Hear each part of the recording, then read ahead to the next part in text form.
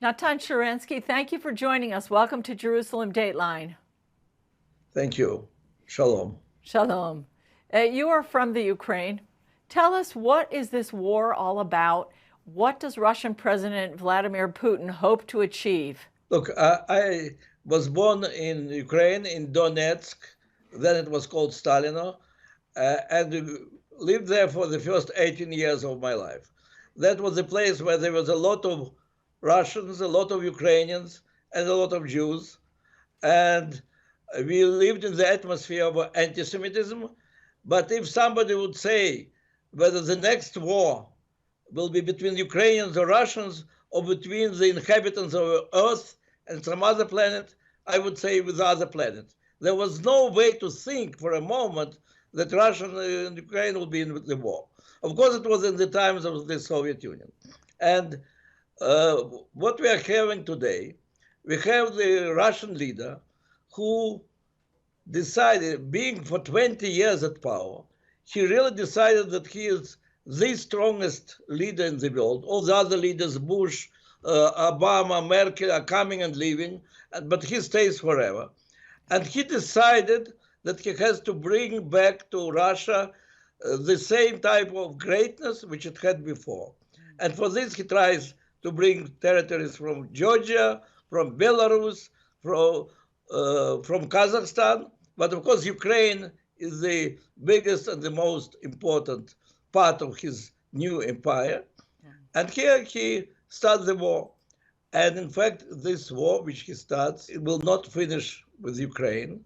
It challenges the very basic principles of the free world.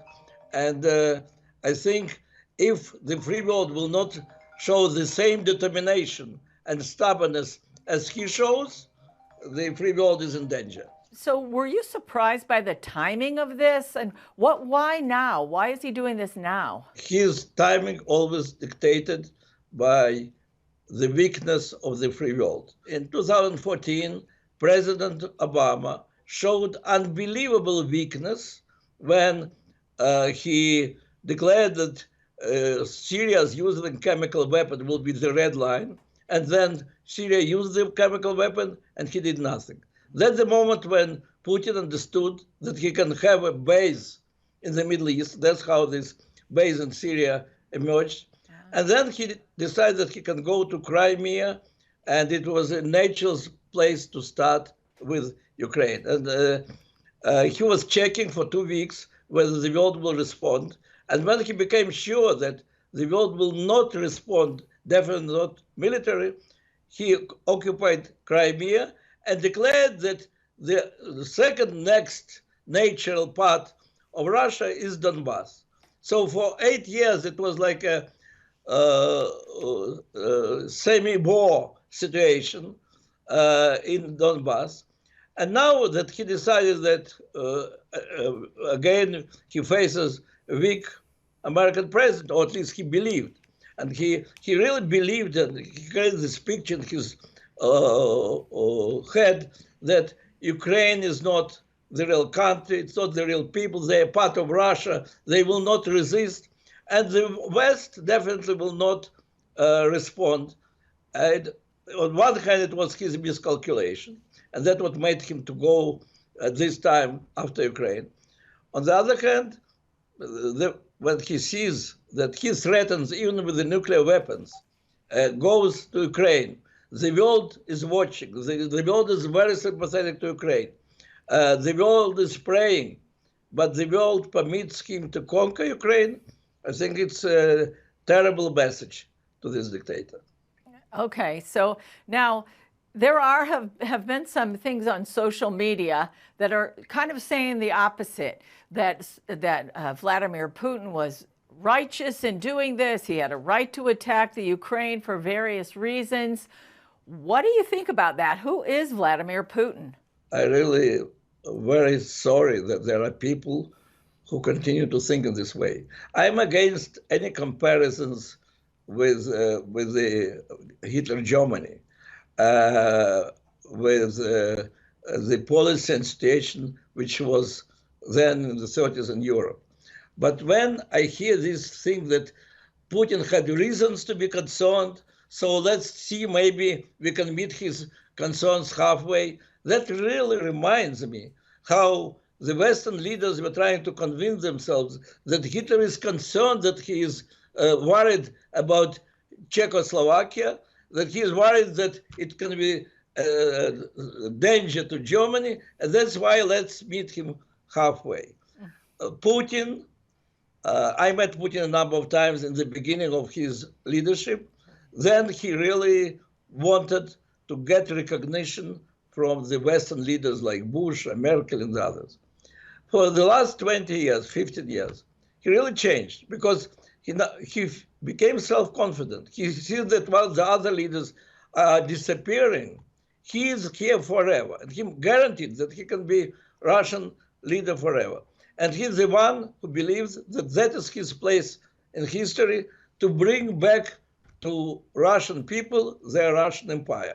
Without communist ideology, he doesn't believe in communist ideology, but he has to control those parts of the world which were controlled by Russian empire. And he believes that he is the only strong leader in the world who is ready to fight. And that's what gives him confidence to go against all the free world. Wow.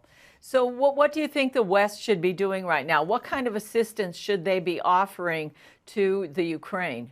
I'd like the West to see helping Ukraine, protecting Ukraine from Russian airplanes, being much more effective in the military assistance.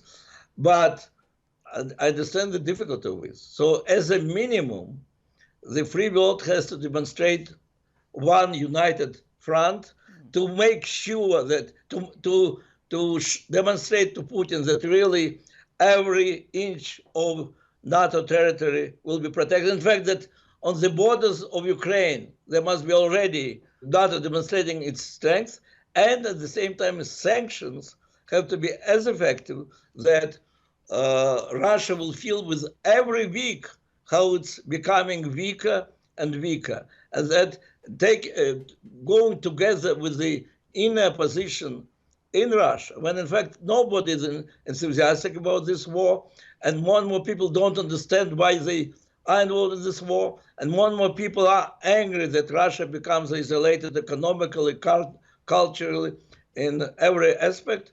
And this type of pressure has to be consistent and strong, and the free world has to speak in one voice. Okay. So what's your reaction to the bombing, the Russian bombing of Babin Yar? Of course, I'm the chairman of the International Advisory Board on Babin Yar. But I want to say that in these days when so many people are killed and these beautiful cities of Ukraine are destroyed, to say that that is the biggest tragedy, I cannot say. But the fact that Babin Yar was shelled in the very beginning of the attack on Kyiv is extremely symbolic, and I'll explain you why. Babin Yar is not only the biggest mass grave of Holocaust, it's the witness of the awful tragedy when in 2 days 34,000 Jews were taken from their apartments, brought there, stripped, and killed. So Babin Yar really became the symbol of the Holocaust by bullets, of killing of 1.5 million Jews in Ukraine. But Babin Yar also is the symbol of the efforts of Soviet Union to destroy the memory about Holocaust. Soviet Union tried to destroy the place itself, to turn it into the center of wastewaters and then to the center of sports activity, to make people forget about it as the Holocaust grave, and also to change the books of history. And I, as the young activist growing in Ukraine and then continuing my human rights activism in Moscow, I was arrested also when I was trying together with others to go to Babin Yar to mark the anniversary of the mass killing of Jews. So it was this symbol of these attempts also to destroy the memory Holocaust. Finally, after many years, with the help of Ukrainian governments, of the previous Ukrainian government, of Poroshenko, now of President Zelensky, we started turning this place into the biggest memorial museum, biggest Holocaust museum, from where people can learn study, understand the Holocaust. And just when we are at the very beginning, and just now we had a great ceremony when President of Germany and President of Israel and President Zelensky, together with us, opened the first sites of this memorial. Just Russians start their attack on Kyiv, and the first shells fall on Babi Yar. So there is a lot of symbolism in it. And especially ironic that President Putin started his aggression against Poland, against Ukraine, declaring that he is going to liberate Ukraine from Nazis. It could be laughable if it was not so tragic, of course. Right. And so the first attacks in Kyiv are on Babi Yar. Finally, as former head of the Jewish Agency, what do you say about the efforts to bring the Jewish people out of the Ukraine? And are the Jews that are there, are they in danger of like a new wave or rise in anti-Semitism? Look, we have to be fair. There is no government anti-Semitism at this moment, neither in Ukraine nor in Russia. And that's why I don't expect that now they start pogroms. Okay. But there is a lot of suffering of all the Ukrainians in this situation. And there is 500,000 of refugees. And no doubt there are also a lot of Jews who are concerned for their communities, who are concerned for their families, and who are now standing in lines of miles and miles, day after day on the borders. And yes, Israel and our representatives, the Jewish Agency representatives, are trying to help all of them, receiving them on the border and helping to those who want to come to Israel, those who want to go to other communities, to the other communities.